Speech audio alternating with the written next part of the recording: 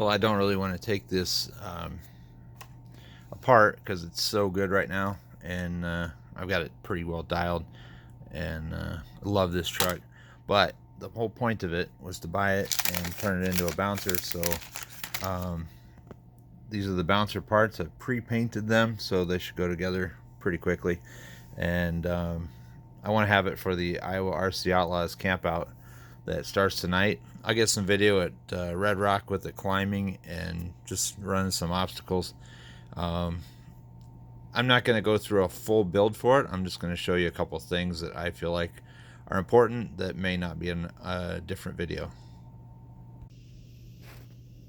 Well, this is what I've done. I just gutted it and removed the frame, and it was pretty easy. It took about 5-6 minutes. And we're going to need the ESC and the battery tray. And I'll just show you a few other things. I'm going to get right to it because I'm limited on time today. That is what you get in the kit. Those parts on the floor there, not the ESC. But I pre-painted them just because I wanted it to look cool. And they're flat pieces, and it'll give it some dimension. So there was another thing. Oh yeah, I was going to weigh these pieces and see what they weigh in comparison to the Deadbolt body and frame that I just took off. That comes in at about 62 grams. That's actually kind of heavy. So next we'll put all these pieces on the scale and see what that weighs. About 18. So this is less than 1/3 the weight of the body that we're taking off. And I think that'll make a pretty big difference. And I believe most of that weight is just the metal frame. Carbon fiber one would save quite a bit of weight, but I'm more interested in building the rock crawler right now with the bouncer chassis. So here we go. I'm going to show you one of the differences between my build and the one on the MoFo RC build site. You'll notice that the holes line up correspondingly to the ones on the skid plate, but there are no holes for these little pegs that stick off the side. Maybe we'll call them dowel pins, whatever. There's no holes for that, and I'm kind of under the impression that you save all the pieces. If I ever wanted to change it back, I'm going to want those to re-index the frame on the Deadbolt. So what I'm going to do is I'm going to mark these where those positions are, and then go outside with my drill bit and use a 1/16 inch drill bit and just dimple that just deep enough to be able to bolt this together. There it is done. Simple as that. It did not go all the way through because I wanted to keep the strength, but I didn't want to cut off the little pegs on the skid plate either. First panel's in place. Alright, putting these roof panels on. I'm going to cut some plastic, just little thin slices, and stick them into the hole here, and it'll kind of shim that up so that the screws have something to bite onto. They're 3D printed parts, and I just want to be able to put a little more on these screws than they would take normally. And the back side of the roof, which I'm putting on now, I use much longer screws. I've got a ton of extra screws, and I'm using much longer ones in the back. I don't think the front ones have as much depth, so yeah, that's all you get on the front ones. The back ones, it goes in pretty far. Well, about the same actually. That's the depth of the screw hole. So I'm gonna just cut a little sliver of plastic and shove it in there so that this has a little more to bite on.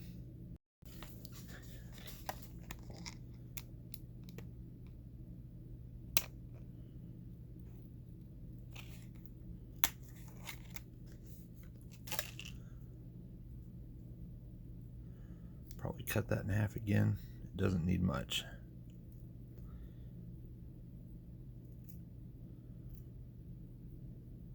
But I want the screw to stay in place. So there we go. I'll cut that into little tiny pieces and just stick them into the hole with the screw, and then it'll have something to bite onto. I've got the roof on, and next to go on will be the battery tray up front, and this is the ESC tray. That'll go up front right here, and I also need to put the battery tray in as well. And this would have been way easier if I'd have taken the wheels off, but I just didn't want to. I've got them sort of Loctited, and I don't want to move them, so that's why it's that way. But this does have a hole in the bottom that is meant for the front of the battery tray, and it's the one right there. You can see it in the corner there.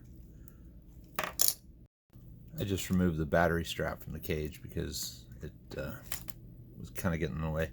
And the back of the battery tray actually goes into this first hole here, and I'm going to tighten that in, and then half the car is already built. It'll just be putting in the front half of the ESC tray, and then the other panel and electronics, and button the thing up.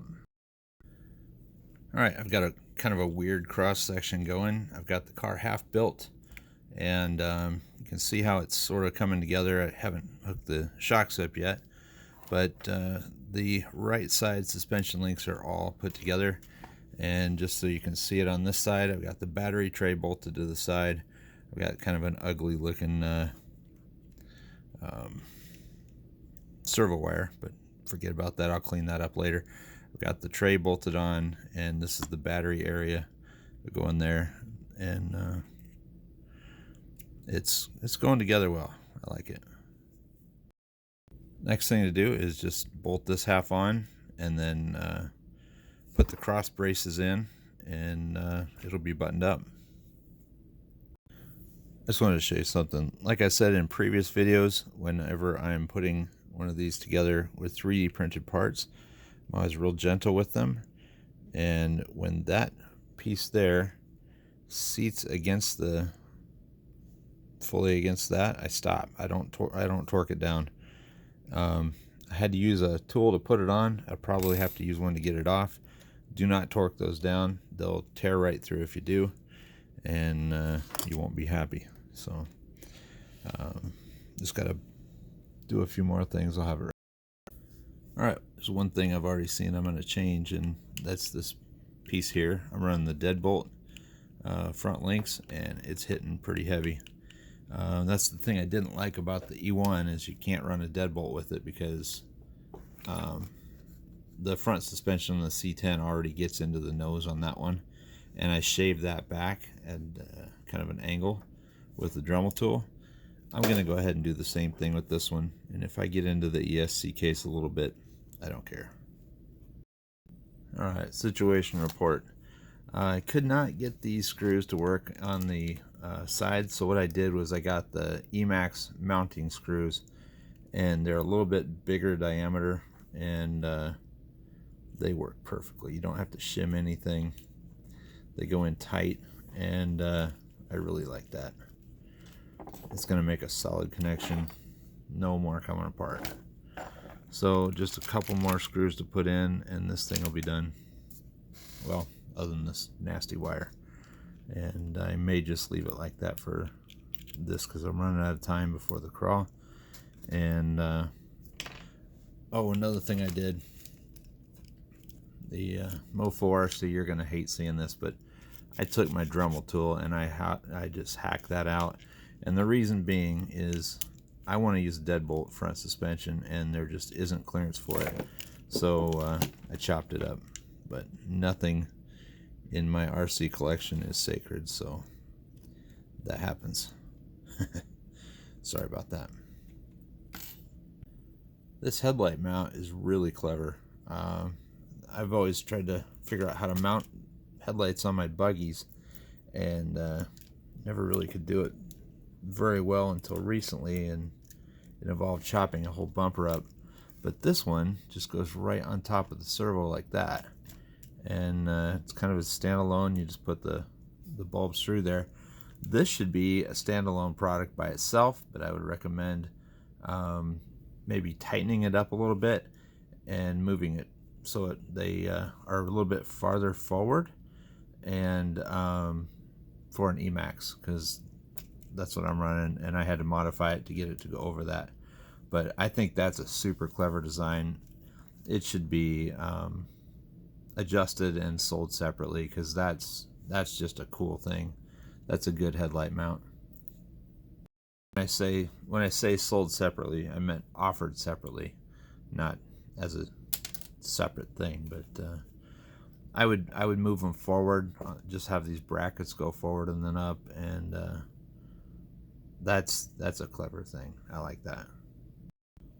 And with my ugly hack job, I was able to get full clearance with the Deadbolt suspension.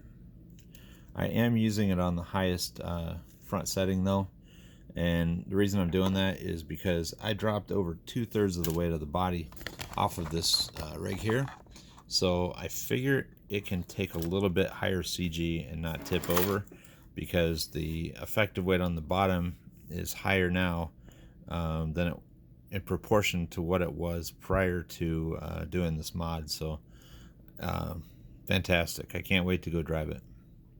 There's still a panel here that I need to add, and one that goes across here, but I might not add that one just because I want access to the pieces. So all that's left is clean up my servo cord and give it a run. Well, it's together. I'm not going to put the spare tire on it because I don't want to give away any CG. And I made one other modification. Instead of a bar that goes across the front, I added a panel and a little bit of sticker on there. Hope you approve of that. And I can't wait to go drive this. The Iowa RC Outlaws are having their camp out this weekend, and it's specifically a rock crawler event, and we're gonna go have fun with this. If you've not put together 3D printed cars, you might want to try. It's different than regular, so expect it to be different, and expect it to, to probably be pretty good once it gets rolling. I'm gonna go run it on the rock course real quick, and then I gotta pack up. Been my tire of choice on this car right now. I prefer scramblers for this rock course, but this thing just pulled some insane lines that I can't do on other rigs. I've never gone up that way before, not straight up the side of that rock. And this is a flex blade car with the mini bouncer kit from MoFo RC. That thing is crazy. I can't wait to take it out this weekend and show up the 10 scale guys on some of the angles with this thing. It is bonkers. Another thing I like about it, it's very light. It even sounds light. It's not taxing the gears at all. I am going to put one, look at this. It is basically standing up. Let's see if I can't crawl it. Yeah, that's insane. That is crazy. I cannot wait to take this out. I'm glad I took the time to go ahead and get this built. I'm a little bit late for the camp out, but I don't even care at this point. This thing is cool.